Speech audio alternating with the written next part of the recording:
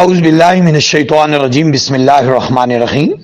شرکاء ترجمۃ القرآن on line classes, regular classes, ہم آپ کو گرامر کا 21واں سبق الدرس الحادی والعشرون لیسن 21 ورب 5 بھی بھیج رہے ہیں۔ یہ سبق فعل مضارع مجہول کی گردان کے متعلق ہے۔ گردان کو کالم وائز سمجھا جاتا ہے اور رو وائز پڑھا جاتا ہے۔ گردان مضارع مجہول کے سٹرکچر میں 5 لائنیں، 5 کالم اور 14 صیغے یعنی 14 بلاکس ہوتے ہیں۔ فعل مضارع معروف کے مقابلے میں مضارع مجہول کی گردان آسان ہوتی ہے، کیونکہ فعل مضارع مجہول کا ایک ہی وزن ہوتا ہے اور وہ ہوتا ہے پیشوں کے جرمٹ میں زبر۔ کیا مطلب؟ یک توبو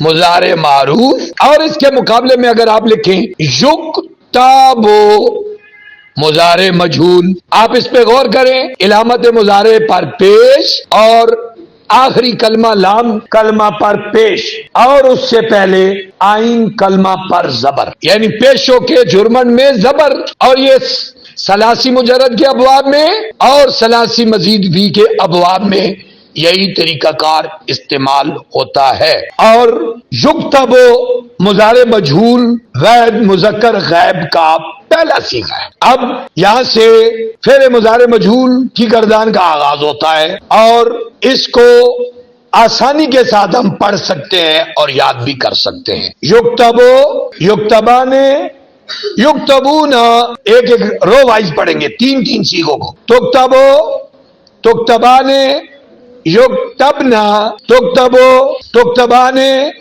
تکتبونا، تکتبینا، تکتبانے، تکتبنا، اکتبو، نکتبو۔ مضارع مجہول کی گردان کے 14 صیغوں میں چونکہ ہمیں مضارع مجہول میں نسبت مفعول کی طرف ہوتی ہے اور مضارع معروف میں نسبت فاعل کی طرف ہوتی ہے، فعل کی، چونکہ اس میں مضارع مجہول میں فعل مضارع مجہول میں نسبت فعل کی مفعول کی طرف ہوتی ہے، تو 14 صیغوں سے ہمیں مفعول کو نائب الفاعل کے طور پر نکالنا پڑتا ہے، اور 14 صیغوں میں ضمائر مرفوعہ منفصلہ کی 14 حالتوں کو درج کرنے سے ان کا نائب الفاعل ظاہر ہو جاتا ہے، جو کہ ہم نے بینر پر ریڈ کلر میں سرکل کے اندر نائب الفاعل کو درج کر دیا ہے۔ یکتبو ہوا ضمیر نائب الفاعل، یکتبانے ہما ضمیر مفعول نائب الفاعل، یکتبونا ہم ضمیر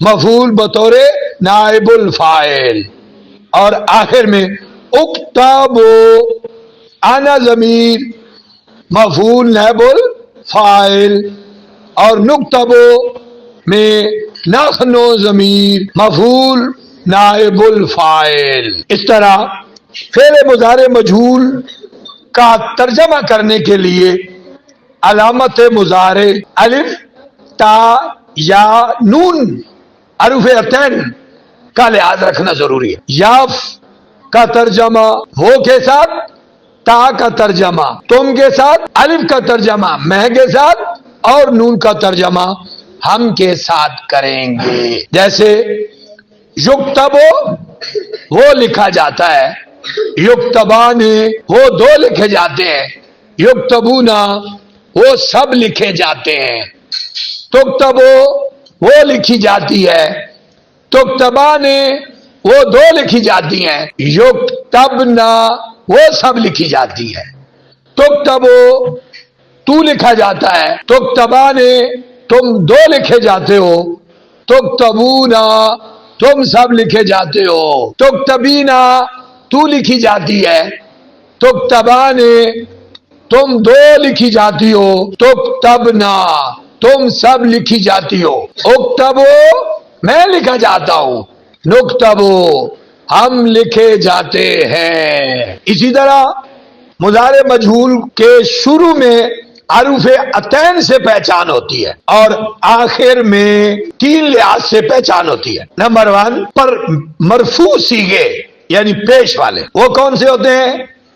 یکتبو میں پہلا صیغہ، عین کلمے پر لام کلمے پر پیش، تکتبو میں لام کلمے پر پیش، تکتبو میں پھر لام کلمے پر پیش، اکتبو میں لام کلمے پر پیش، اور نکتبو میں لام کلمے پر پیش۔ لام کلمے سے مراد با، یہاں با یکتبو کے صیغے میں، اس لیے 5 مرفوع صیغے ہوتے ہیں، 7 نون اعرابی والے صیغے ہوتے ہیں، 4 تثنیہ کے اور 2 جمع مذکر غائب کا صیغہ یکتبونا اور جمع مذکر حاضر کا صیغہ تکتبونا، اور 7 نمبر واحد مؤنث حاضر کا صیغہ تکتبینا۔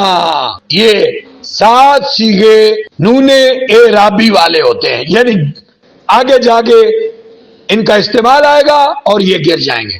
2 صیغے نون نسوہ والے ہوتے ہیں، کون سے؟ جمع مؤنث غائب یکتبنا، یہ مؤنث کا نون والا صیغہ ہے، اور جمع مؤنث حاضر تکتبنا، یہ بھی جمع، یہ بھی نون نسوہ والا نون والا صیغہ ہے۔ یہ نون جو ہیں یہ کبھی گرتے نہیں ہیں، یہ آخر کے لحاظ سے مضارع مجہول کی پہچان ہوتی ہے، اور یہی پہچان مضارع معروف میں بھی ہوتی ہے۔ اللہ پاک مجھے اور آپ سب کو قرآن مجید کو سمجھنے میں، بنیادی ضروری گرامر کو سمجھنے اور بہتر طریقے سے سمجھانے کی توفیق عطا فرمائے۔ السلام علیکم ورحمۃ اللہ وبرکاتہ۔